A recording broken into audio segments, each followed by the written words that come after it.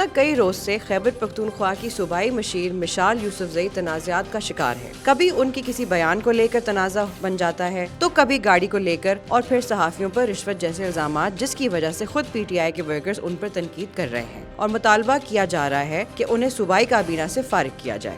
دوسری جانب شیر افضل مروت کے بھائی کی صوبائی کابینہ میں شمولیت اور اختیارات کی ناجائز استعمال کو لے کر بھی پی ٹی آئی ورکرز کو سخت تشویش ہے اور اس حوالے سے عمران خان کو رپورٹ پیش کی گئی ہے۔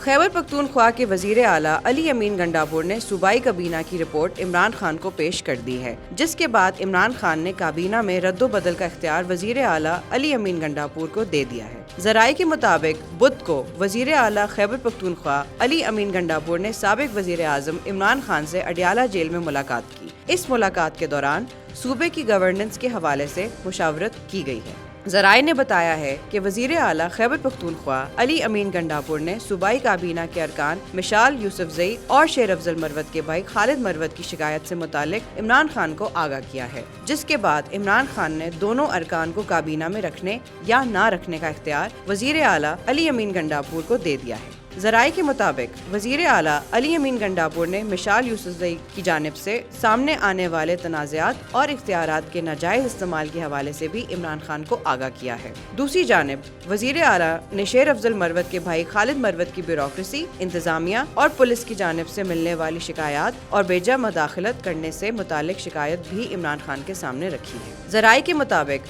سابق وزیر اعظم عمران خان نے مذکورہ صوبائی ممبران کی رپورٹ پر تشویش کا اظہار کیا اور ان کے مستقبل کا فیصلہ کرنے کا اختیار وزیر اعلیٰ علی امین گنڈاپور کو دے دیا ہے۔ ذرائع کا کہنا ہے کہ وزیر اعلیٰ خیبر پختونخوا سینئر صوبائی قیادت سے مشورہ کریں۔ صوبائی قیادت سے مشورہ کرنے کے بعد مذکورہ افراد کو کابینہ میں رکھنے یا نہ رکھنے سے متعلق آئندہ چند دنوں میں فیصلہ کریں گے۔